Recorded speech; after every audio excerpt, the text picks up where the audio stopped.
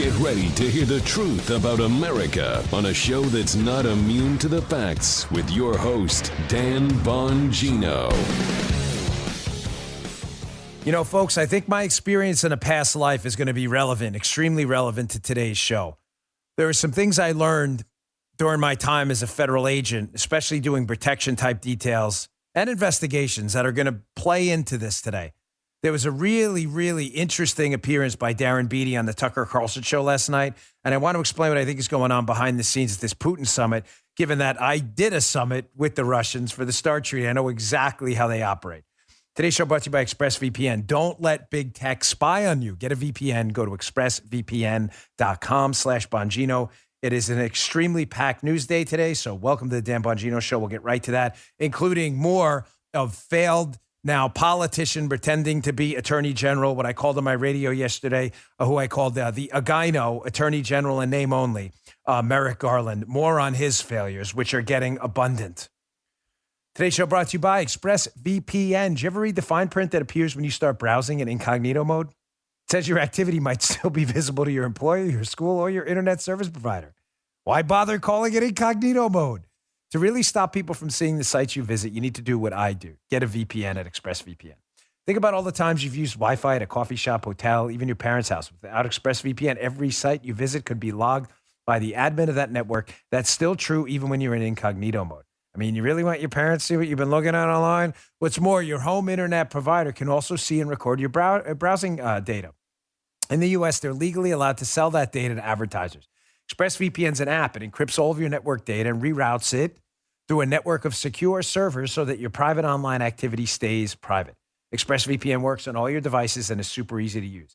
The app literally has one button. Tap it to connect. It's that simple, and your browsing activity is secure from prying eyeballs. Stop letting strangers invade your online privacy. Protect yourself today.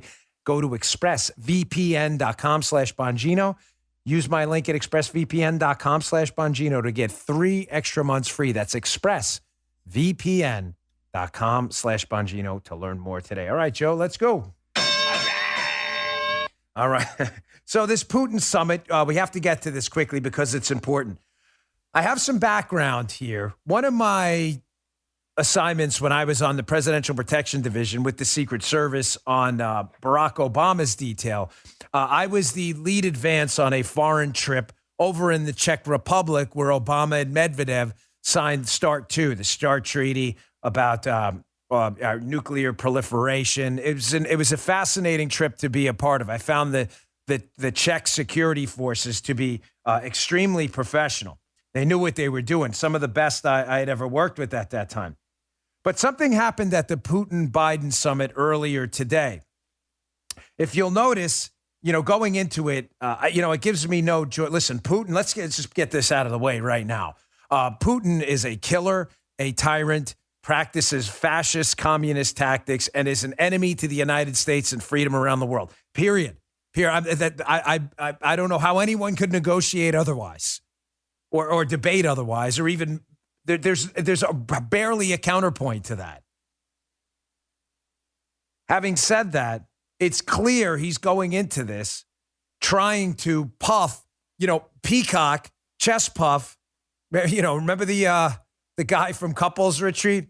Yes, puff your chest. He's clearly chest puffing on Biden. It's obvious, and he's taking advantage of him in the beginning. Why did I tell you that story about me working with them in the beginning? Not to chest puff myself, but to show you what happened there, give you my perspective on what I think he was doing.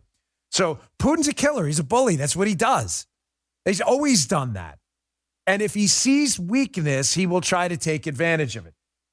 So what happened? They had this sit down, and there was supposed to be a quick press spray. You may have saw it earlier this morning. Spray being, photos and stuff. Click, click, click, and then they get out. So the way these things work is we're typically given an equal number of U.S. press and Russian press, whoever Russia wants in the room.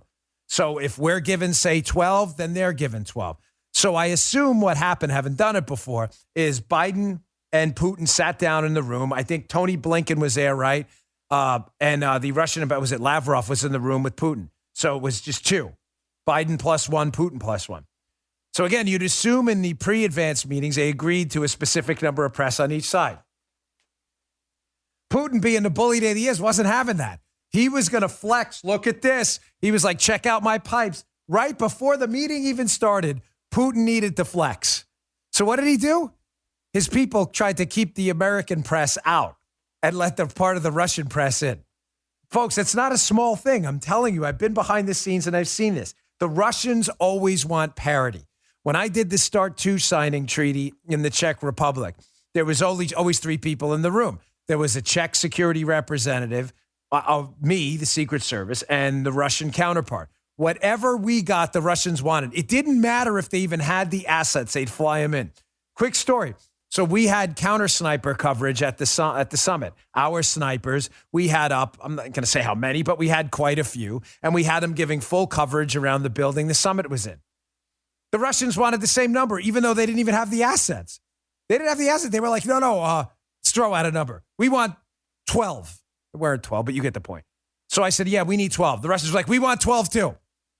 And then we said, well, we want 7 post standers inside the signing location where Obama and Medvedev were going to sign this treaty, right?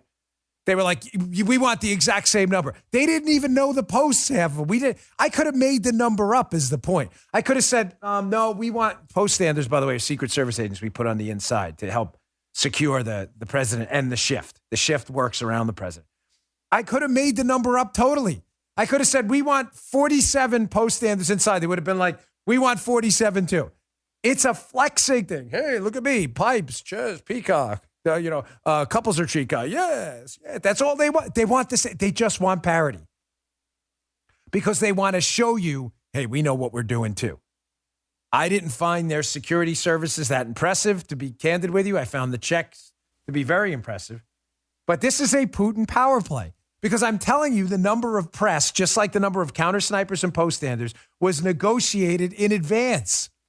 So say it was 12 American press, 12 Russian press. Everybody in the room knew that. The fact that the Russians told the American press, you can't come in, was a way before the meeting for Putin in his typical bully way, that's the way he is, to give the double-barreled middle finger to the Biden administration and say, nope, not today. Before this meeting even starts, I'm going to tell you to go pound sand, and I give 0 hits with an S in front of it about what you think. That's exactly what that was. It was not a mistake. It was done on purpose. That's how Putin is. Granted, we were there. It was Medvedev's team. It was the same routine with them. Everything we had, they want. We had a security room on the floor. They wanted a security room. It didn't even matter if they had communications equipment. They didn't care. Flex and move on Putin. Guys of chest puff and bully, and you got to just power right through him and his people.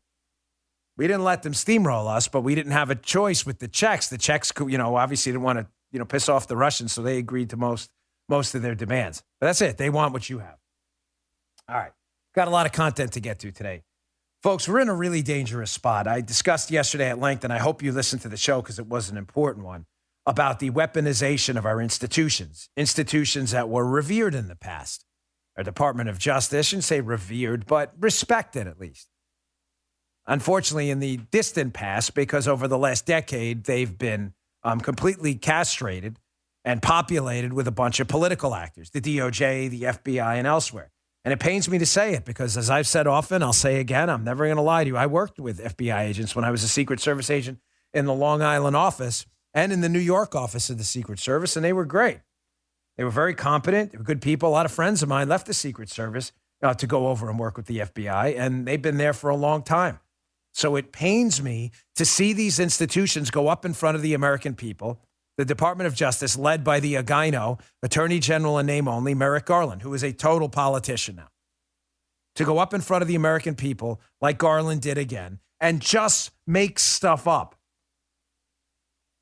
Let me play this cut here. And there's 2 takeaways I want you to take from this. Here's Merrick Garland promoting again the myth, what I believe is also foreign propaganda meant to divide us, that there's some race war brewing in the United States because the biggest threat to the homeland and our existence is white supremacy all over everywhere. Ladies and gentlemen, there's no facts or data to back up the claim that this is the most prominent threat in the United States. So pay close attention to this video clip here of Merrick Garland. And 2 takeaways before we start. This will lead to misplaced priorities, number 1, because we will allocate taxpayer funding, FBI assets, to a threat that's subordinate to other threats. And second, Pay attention to how this can be used for political targeting. Check out the Agino, Merrick Garland, yesterday. Check this out. The number of open FBI domestic terrorism investigations this year has increased significantly. According to an unclassified summary of the March intelligence assessment, the two most lethal elements of the domestic violence extremist threat are racially or ethnically motivated violent extremists and militia violent extremists. In the FBI's view, the top domestic violent extremist threat comes from racially or ethnically motivated violent extremists, specifically those who advocated for the superiority of the white race. Folks, that's a bold claim, is it not? I mean, it's the Attorney General of the United States with the awesome power to dictate the priorities of powerful agencies like the FBI, ATF, and other entities out there. He's saying something in front of the world stage, not in private, that he believes white supremacist groups are the biggest threat to the homeland. Now, again, I've discussed this topic often, but it is worth repeating because it is so important. Having seen the federal law enforcement infrastructure from the inside, I get how some people out there, some, not all, conservatives are kind of hip to this stuff, but some moderate Republicans and moderate Democrats, they know this is false. They know on its face that it's laughable, that this is not the biggest threat to the United States. We have China, Russia, ISIS, Al-Qaeda, terror groups, AQAP. We have terror groups all over the world that would annihilate us tomorrow. So we know this claim to be false. But there are some people down the center of the aisle who will say to you, because I've heard it, oh, whatever, it's just posturing. He's the Attorney General. This is really no big deal. I'm not kidding. They've kind of implied as much in their conversations. They imply that because they can't produce any evidence that this is true, that white supremacy is the biggest threat in the United States to our homeland. Folks, it's not harmless. It's not just a gyno propaganda from our Attorney General in name only. It's not. This has very real consequences which could get people hurt or killed. I told you the two things to pay attention before we went in. I'll tell you them again on the way out of that video. This is what people are policy, ladies and gentlemen. Merrick Garland, what he says is the Attorney General, is policy. That's policy now. Well, did he, write it down and build it into the FBI handbook? He doesn't have to. He's the Attorney General. He gets to dictate the allocation of manpower and money as to where we are going to prioritize our law enforcement and intelligence opportunities within the FBI and DOJ. And he's telling you all right there that he is going to allocate those resources towards a white supremacist terror threat that he says needs primacy, is number one. Well, what does that mean? Ladies and gentlemen, the FBI is barely as big as the NYPD personnel-wise. The NYPD might be bigger. The numbers fluctuate. Think about that. The New York City Police Department has roughly as many personnel as the FBI that covers the entire country. They only cover New York City, a sliver of the landmass of the entire United States. This is zero sum. When Merrick Garland goes out there and says, we are going to allocate money and people towards a threat I just told you is the top threat, even though we all know it isn't. It's a threat. It's not the top threat, even though we all know it isn't.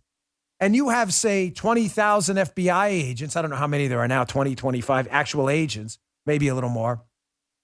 And you say, we're going to dedicate, 1/10 or 1/20th of the workforce to this threat and not to Al-Qaeda, then those are people not investigating Al-Qaeda. This is very real. Some commentators, I don't need to knock other people. They all have their area of expertise. But I've been there. I've done this.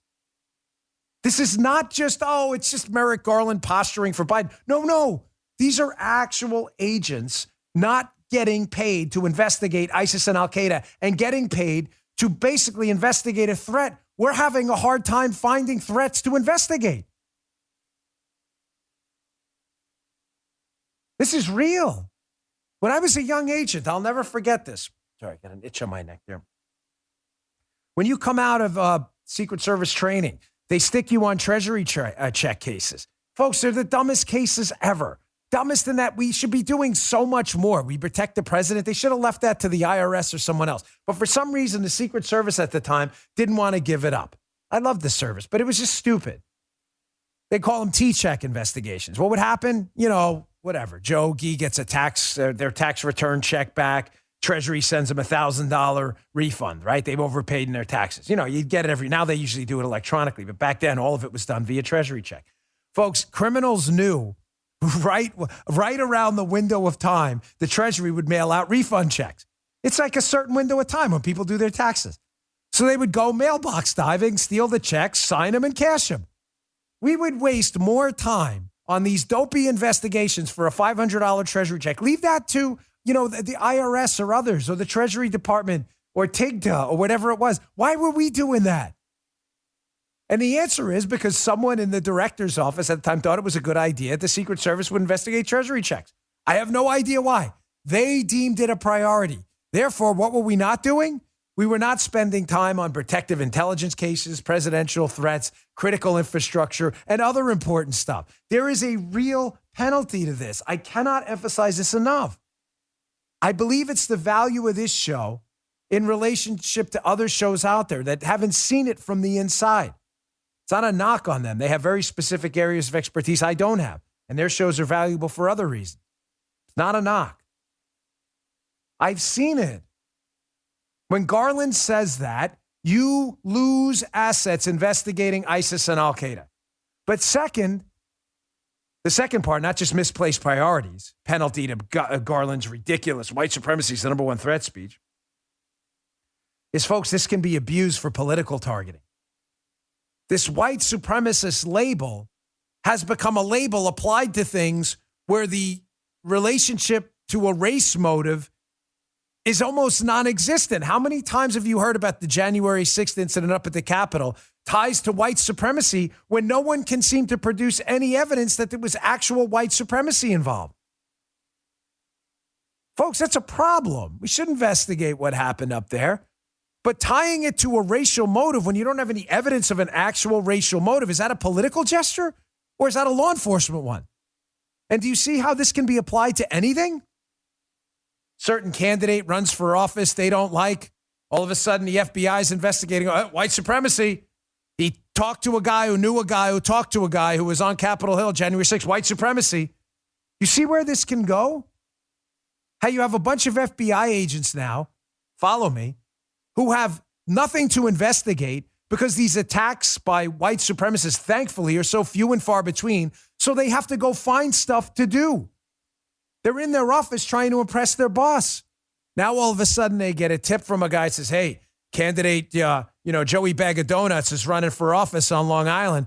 I heard he put a Parler post up, which linked to a Twitter post, which linked to a Facebook post by the friend of a cousin who was at January 6th. The FBI guy's like, I got to make a case. Merrick Garland said white supremacy, number one. So they start investigating this guy. Do you see how this goes down the road to tyranny like that? Lickety split?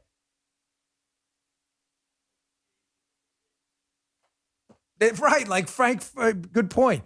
Remember Frank Fugazi, the FBI assistant director who goes on MSNBC? We played that cut last week. You don't understand. Trump put the flags, and he says half-mast should be half-staff, on 8/8, August 8th. 8/8 is short for Heil Hitler. And we were like, wait, what, dude? What are you? It's a perfect example. He doesn't have evidence of this mass white supremacist conspiracy to take down the United States everywhere, that it's the number one threat. So they just make it up. Folks, the FBI agents I work with are just people. When they're told by their boss, go find white supremacists, I promise you, they'll find them. They'll find them. Even if they have to, air quotes, find them. Now, I never make a point on the show without backing it up with solid fact-based evidence. I had my editor-in-chief of BonginoReport.com, our alternative to the liberal Drudge Report. I had him put together a piece at Bongino.com about the white supremacist threat, and I wanted to see the actual data. How is it that our government agencies are piecing together a series of data points to conclude that white supremacy is the number one threat in the United States? I'm genuinely puzzled because we don't seem to see anywhere in local police departments mass outbreaks of white supremacy anywhere. So where are you getting this data? I'll get to that in a second. Let me get to my second sponsor, and then I want to move on and show you the real-world consequences of this misallocation of assets and political targeting right now, going on right now. Folks, listen, let me be blunt. The first thing that goes in the breakdown of order is the food supply chain. When the economy falls apart, you're going to start seeing bare shelves if it does. God forbid that happens to you. Everything in your life you care about, you insure. Your health, your car, your teeth. How can you not insure your food? You got to do it. Food's important. You can't stay alive without it. Simple as that. Unfortunately, the scenario, given what we're seeing, could happen. That's why I urge you to get a supply of long-term storage emergency food from my friends at My Patriot Supply. They're the number one leader right now in the country in emergency preparedness and self-reliance, and they can help you survive whatever comes down the pike. Right now, you can save 25% off their 4-week emergency food kit, which contains a wide variety of delicious meals that give you a minimum of 2,000 calories a day. I have about 10, 12 boxes of this. I lost count. I buy it myself. Their food stays fresh for up to 25 years, so it's there when you need it. Be sure to get one for every member of your family. Just go to preparewithdan.com where you'll find this special offer. That's preparewithdan.com. Do it now. Crises don't give warnings. Go to preparewithdan.com today. Thanks, My Patriot Supply. So again, on this show, how we're never going to waste your time like the left, and we're not going to lie to you like the left does. There's a piece I'd like you to read in my newsletter today, bongino.com/newsletter. If you'd like to access it, it's free, of course. It's called Biden Falsely Claims White Supremacist Terrorism is a Greater Threat Than ISIS and Al-Qaeda by my friend Matt Palumbo. How do they get these numbers? Because one of the things the left does, ladies and gentlemen, is they won't say anything publicly that they can't massage certain statistics about. When I say massage statistics, believe me, I mean that in the nastiest way possible. They are not using numbers in the way the numbers should be used. They are using the numbers to tell a story they want to be told. So how did the DHS and government entities, Department of Homeland Security, our Homeland Security, get to this conclusion that the, quote, most persistent and lethal threat in the United States is white supremacy? A fact, again, most of you are like, that sounds insane. China, Russia, ISIS, Al-Qaeda. Here, from Matt's piece. First, they give the quote from the DHS report in Matt's piece. Here's the quote.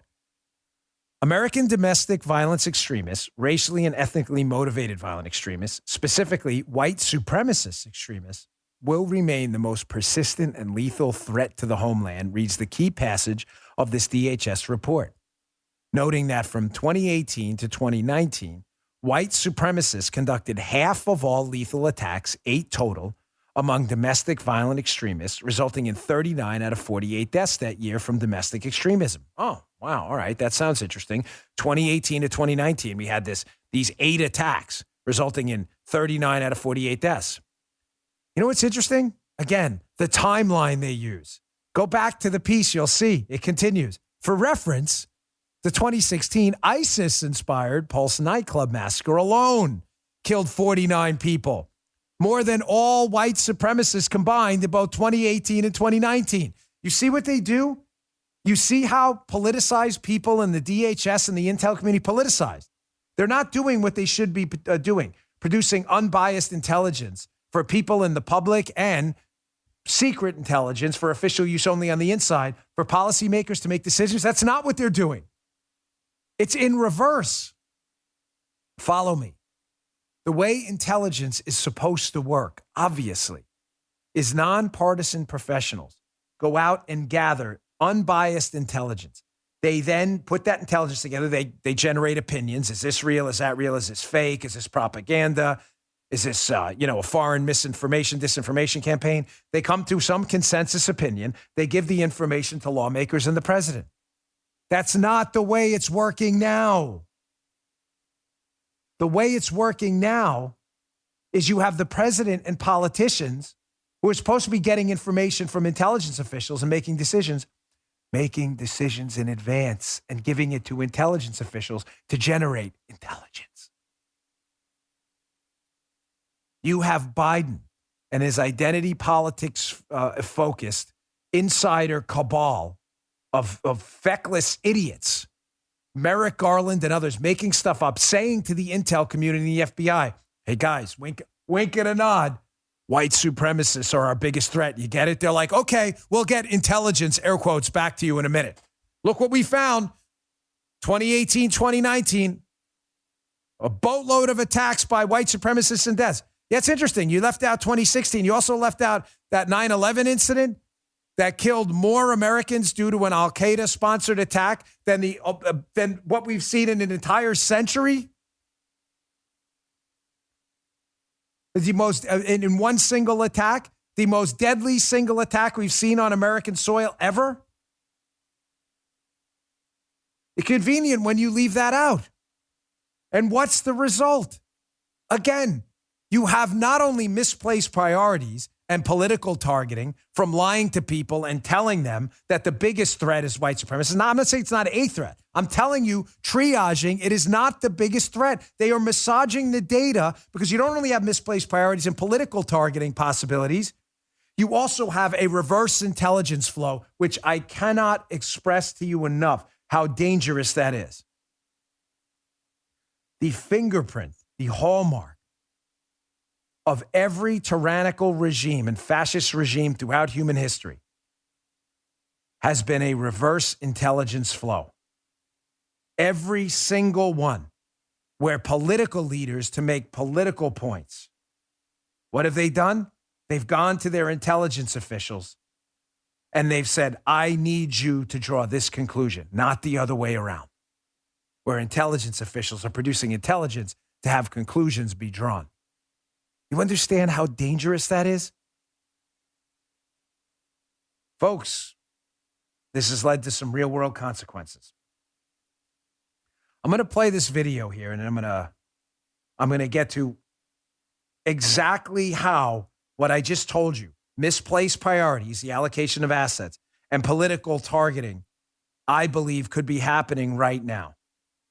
Darren Beattie was on the Tucker Carlson show last night on Fox News. Darren Beattie's a reporter. He's talking about how the FBI may have had informants, either paid informants, working informants, or potential FBI assets within the FBI inside of these groups, some of the groups that were involved in this January 6th incident. And what Beattie has to say here is fascinating. Check this out. I believe the key that unlocks the truth to 1/6 is the following question. To what extent were the main militia groups imputed to the 1/6 so-called Capitol siege? To what extent was there infiltration of those groups by undercover agents or informants? And to what extent, when we see the unindicted co-conspirators who occupy senior positions in those groups, to what extent are those people being spared prosecution on account of a prior relationship with the federal government? Yeah. Those two questions create a thread. And when we pull that thread, the ugly truth of that event, and perhaps even the country we live in, will be exposed. Did the FBI have a number of informants inside these groups?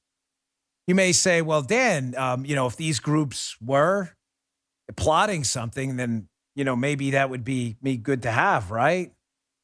Well, it brings up an interesting question, right? The FBI have these same informants infiltrating ISIS, Al-Qaeda. They have these same informants infiltrating BLM and Antifa that burned down American cities. Again, ladies and gentlemen, it's about the allocation of assets. Why were people allowed to burn down the courthouse in Portland, but people thrown in solitary confinement for the incident on January 6th at the Capitol? Where were the FBI assets? Are you is that okay? Are we accepting the whole Portland courthouse burning thing? More on this in a minute. Let me get to my next sponsor. Our friends at MyPillow. But now you've heard me talk about MyPillow. Use it, love it, sleep on it every night. I love all their products. They're super comfortable. They do a really great job. The quality's off the charts. The pillows are just the best out there. They won't go flat. You can wash and dry them as many times as you want, and they maintain their shape. Best of all, they're made in the USA.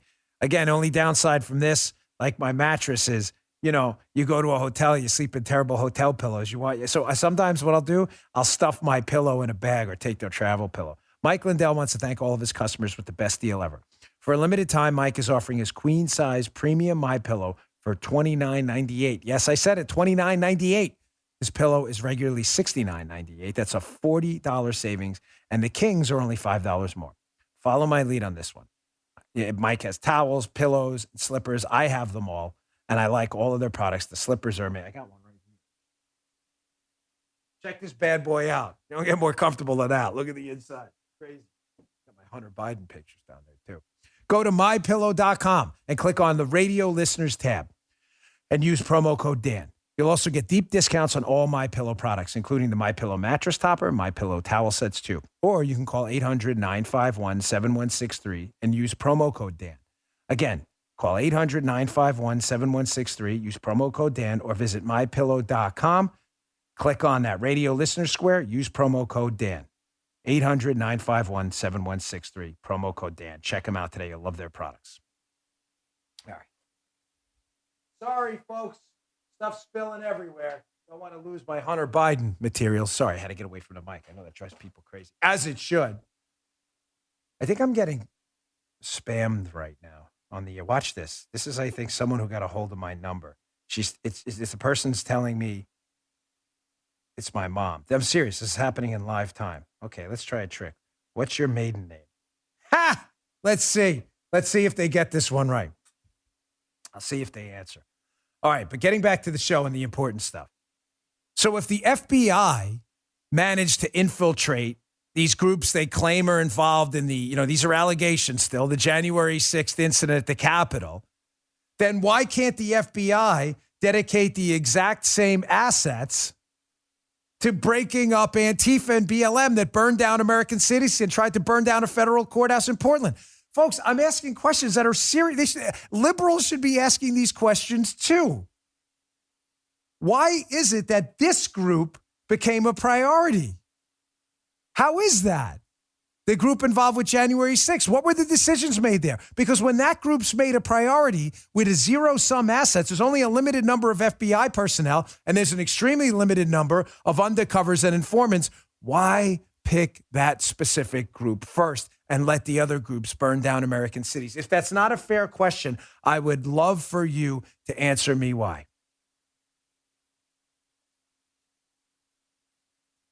Here's the article by Darren Beatty's site, Revolver, which is very good. It'll be in my show notes, and I encourage you to read it. Describes more of this, how the FBI may have had assets inside of these groups. The piece is titled, Unindicted Co-Conspirators in January 6 cases raise disturbing questions of federal foreknowledge. Now, unindicted co-conspirators. This is an important point here. Still hasn't answered, by the way. Oh, you were getting one over. Not that stupid. Thank you. Unindicted co-conspirators appear often in criminal complaints and, informations as well. Those are types of charging documents. If I'm charging Guy or Joe with a bank robbery, I put in the criminal complaint the fact pattern that led me to believe there was probable cause to arrest them. I saw them at the bank. They walked in with a gun.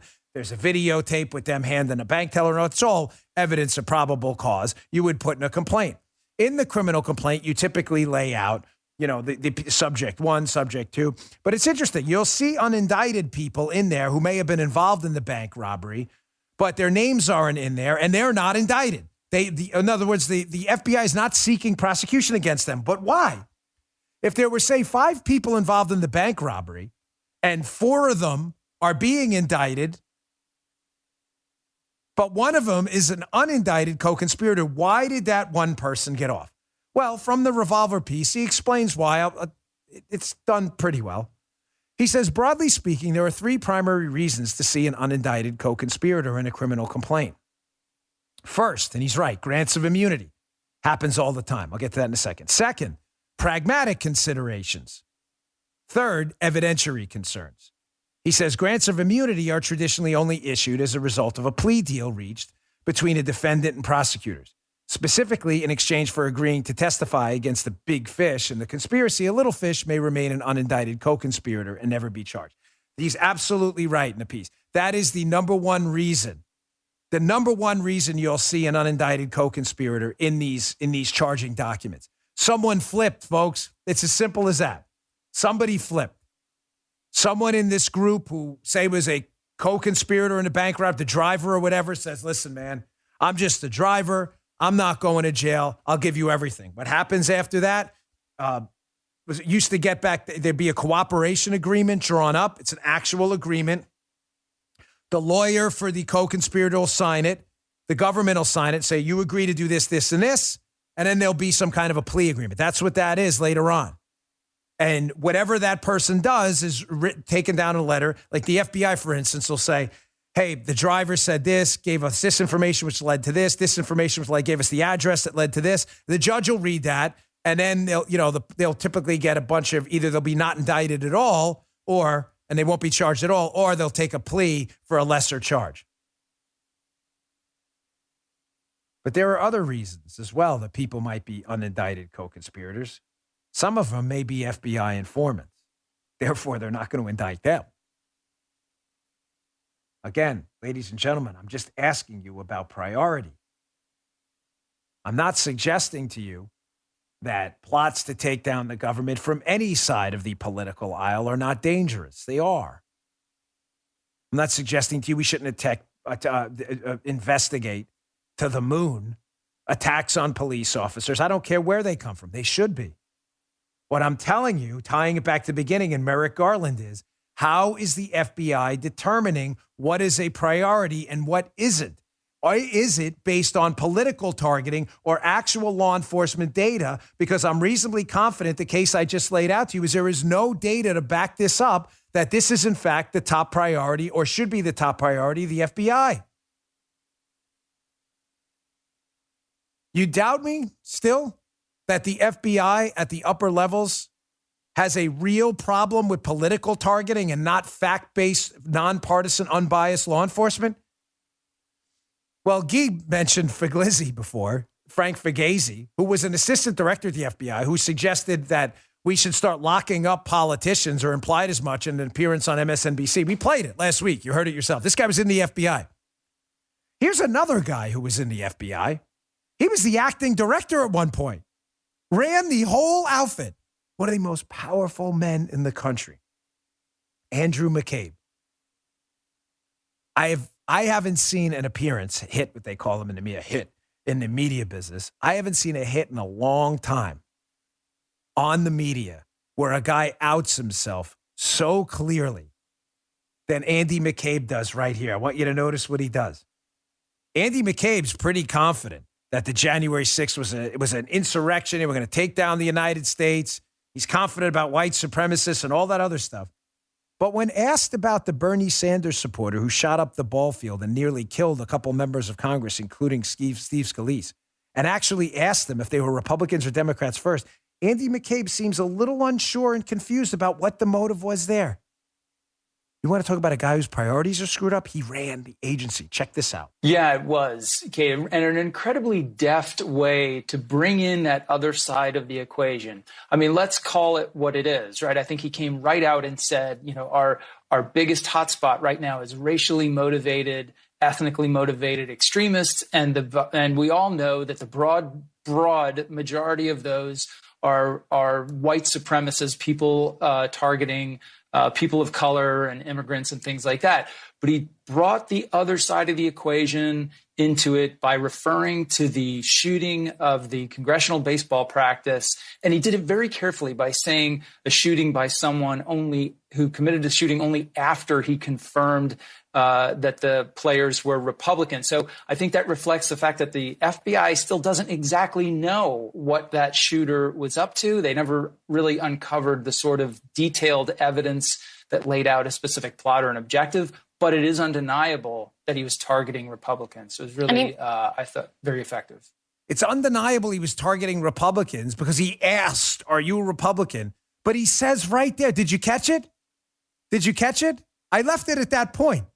Did you catch what he says right before that? The FBI still doesn't exactly know what that shooter was up to. They never really uncovered the sort of detailed evidence that laid out a specific plot or an objective.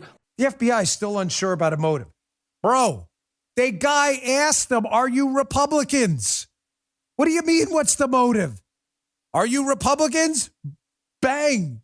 What do you mean he's trying to kill people who are Republicans? You're confused and, quote, unsure about the motive? What? Are we serious?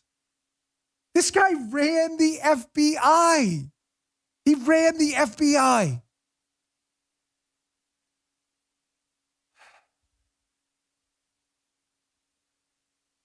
We're going to go to the next story, but I want to tie this up for you.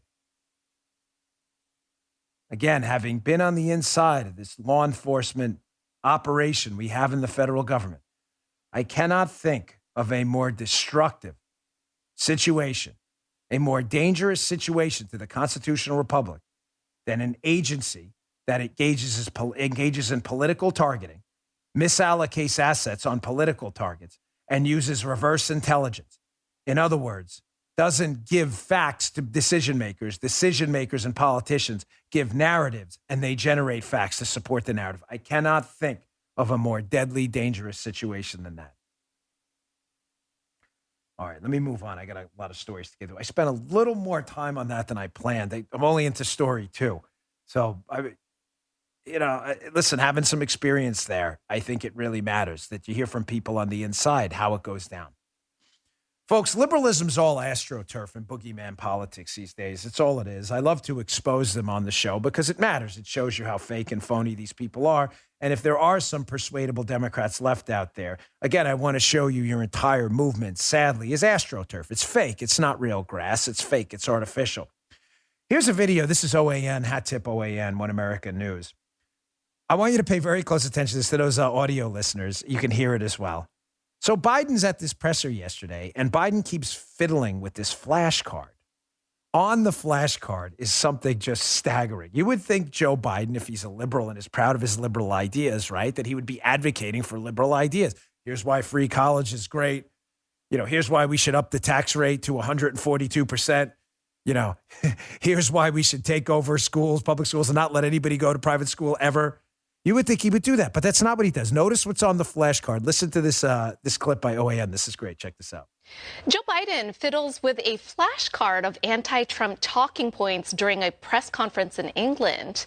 Biden brandishing the card labeled DOJ talking points while speaking Sunday in Cornwall.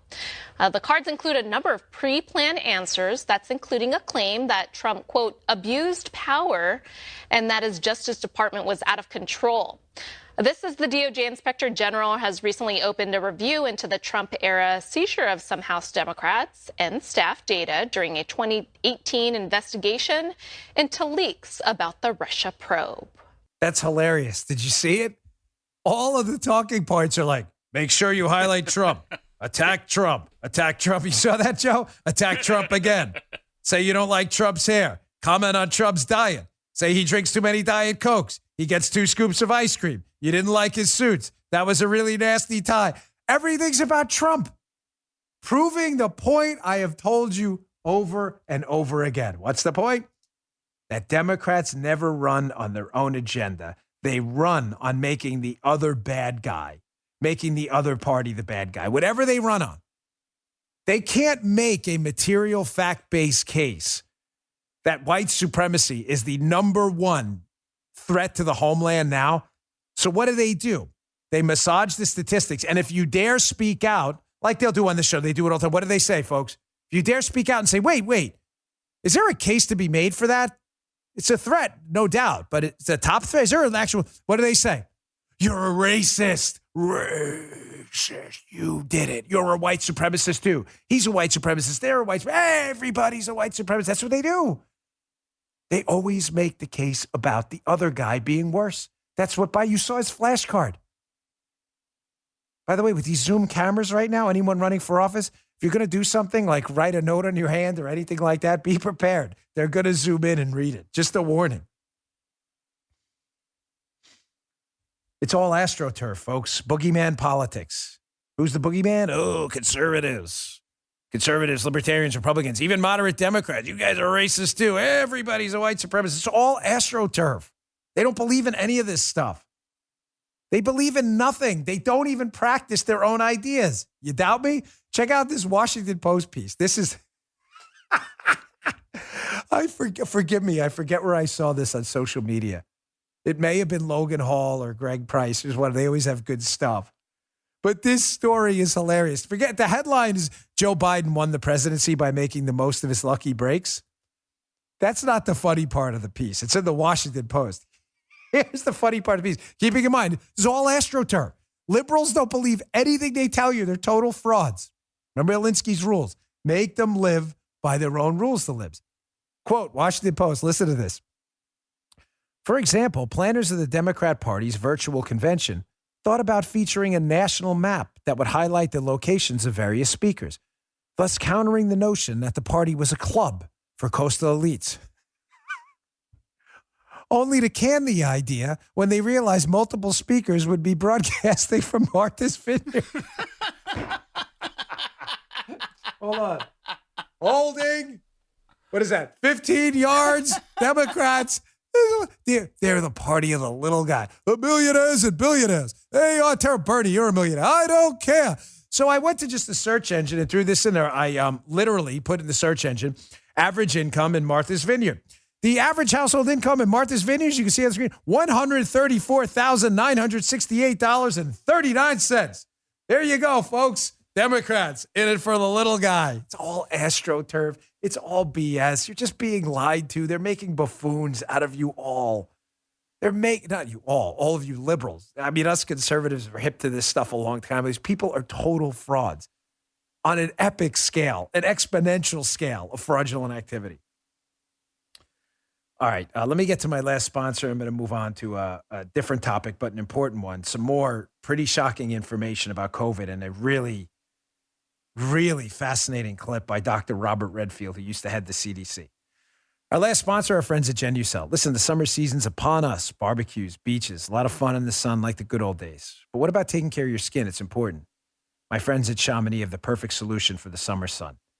Genusel's Sunspot Corrector. It uses breakthrough ingredients to get rid of those dark blemishes and sunspots from long days in the sun. It's packed with cutting-edge ingredients and a nourishing, hydrating base that delivers results you can see right before your eyes. Here's Stephanie from Fresno, California. She said, I have skin damage from years in the sun. I love this product. It reduces the appearance of sunspots and it leaves my skin looking younger. It's a great product for my age. Chamonix promises results in as little as 12 hours guaranteed or your money back. This is a big fan favorite in my household. My mother-in-law loves this product. We cook in the Florida sun all day. Order today and get Genusel Sunspot Corrector free, plus the legendary Genusel XV Anti-Wrinkle Moisturizer, also free when you order Genusel for under-eye bags and puffiness. Go to Genusel.com and enter my special code DAN40 for an extra discount. Order now, and the shipping is also free. Genusel.com, Genusel.com. That's Genusel.com. Go today. Thanks, Genusel. All right, folks, this is an important story. Came out the other day and just, again, reiterates that we have been lied to the entire time on the COVID, what is now scandal. Obviously, it's been a tragedy. There have been millions of deaths. It's been a tragedy, the handling of it with the unnecessary lockdowns, the outrageous mask mandates, keeping kids out of school. I mean, this has really been a human tragedy like we haven't seen in a long time. And again, it's not just because of the virus. It's almost more because of the human response to the virus. Making it worse, the human response is it was based on a series of what appear to be lies. We're just finding out new information that COVID may have been here earlier than possible, which makes it even more important to get to the origin story. Did this come from the lab or not? Damn it, when are we going to get this answer? It's only the most important answer right now of our time. Did we hide this? This is important. Wall Street Journal, read this yesterday. COVID-19 ranged from Illinois to Massachusetts before states even reported their first cases. Blood samples show people in 5 states were infected early, including some in December of 2019. From the piece, scientists analyzing blood samples taken from the National Institutes of Health Research Program identified 7 people in states from Mississippi to Wisconsin to Pennsylvania who were infected with the new virus days or weeks before the first cases were confirmed in their areas. At least a couple had mild symptoms. Why is this important? Again, because it appears we were lied to again. If the Chinese government knew instantly that they had been working on a lab-generated supervirus that had leaked from the lab and they had told us, maybe we would have been on the lookout and been able to scan for this early and stop these infections. But because they lied to us and the liberal media advanced those lies and still doesn't care to this day, it appears we'll never get to the bottom of what actually happened. It makes stories like this, which I read to you the other day, even more important. Wall Street Journal, intelligence on 6 staff at Wuhan lab fuels debate on the COVID-19 origins. From inside the piece, researchers got sick at the lab. In November of 2019, they sought hospital care. from the Chinese Wuhan Institute of Virology. U.S. intel knew about it. Were we lied to? Could we have stopped this thing early? It appears clear now this leaked from a lab, and it appears even clearer that it was a supervirus generated to infect humans. Why? You just making that up, Dan? No, I'm basing my opinion on the double CGG footprint, that code in the virus that we've yet to see in nature. Doesn't mean it doesn't exist in nature. We haven't seen it, but does exist in lab-generated viruses. That's in the coronavirus. I'm also basing it on appearances on the media by smart people like Robert Redfield, a former Trump coronavirus task force upper-level member who did an appearance with Fox News, and in the interview said this, and he says, pay very close attention here. He talks about the difference between SARS and MERS. And even though they infected humans, something they were missing that coronavirus was not. Check this out. I think there's clearly two different hypotheses that are credible. One, that this virus evolved from bats into some intermediate animal that is yet to be found, and then eventually evolved into humans, and then basically became efficiently transmitted among humans. And the other is that this virus actually went from a bat into a laboratory, where in the laboratory it gained the ability to become an efficient human-to-human transmitter. And those are both two hypotheses. And I guess if I'm disappointed about anything about the early scientific community, is that there seemed to be lack of openness to pursue both hypotheses. You know, it's interesting, if you look at COVID, if you look at SARS, the SARS went from a bat to a civet cat, and it went into man. But it never really learned how to go efficiently man-to-man. And as we sit here today, there's been less than 10,000 cases of SARS in over 18 years. When you look at MERS, which is another coronavirus, went from a bat to a camel, and then from a camel to man. And as we sit here today, it still hasn't learned how to go efficiently human-to-human. We've had less than 4,000 cases. What more damning evidence do you need? Where are the media on this? Oh, Dan, it doesn't matter now. It already happened. No, it matters. The reason we put people in jail for homicides, rapes, burglaries, murders, assaults, and street crimes after the act is done is not because it doesn't matter. It's because we want to prevent them from doing it again. And we believe in a system of justice. What about justice here? We're just going to let this go? That is a fascinating clip there. The science is clear. SARS and MERS did infect humans. And what we know from the data, it appears strongly that they evolved naturally. But they never learned how to efficiently infect human beings. The number of cases was staggeringly low. Thank the Lord. And I'm not using his name in vain. That's not what happened with the coronavirus. The coronavirus knew instantly. No, it doesn't have a conscious cell in its body. But it was instantly tailored to infect human beings ruthlessly and efficiently with spike proteins, almost uniquely tailored to affect human beings. And what is it, those ACE receptors? How'd they get there? How'd those cleavage sites get there? How did that double CGG code get there? Are they working on another supervirus right now? You think we might want to know that? Again, ladies and gentlemen, it's only the biggest scandal of our time. All right, one last story, and we'll have to run kind of short on time. Make sure you tune into my radio show today, by the way. Really appreciate it. 12, noon Eastern time to 3 p.m. Check your local radio stations. If you want to hear the Dan Bongino show, by the way, call your radio station, email them, tweet them, Parler, whatever you got, Facebook, and tell them, hey, you want to hear the show? We'd really appreciate it. It means a lot to us. That's how, they're catering to you, not the other way around, just like I do. And the podcast, this show is for you, not for me. I only get to listen once. This is a crazy story by Fox News showing you how pernicious cancel culture and how infectious it's become in the United States. This is not a Babylon Bee or the Onion headline. It's not satire. This is a real headline. North Korean defector says even North Korea was not this nuts after attending an Ivy League school.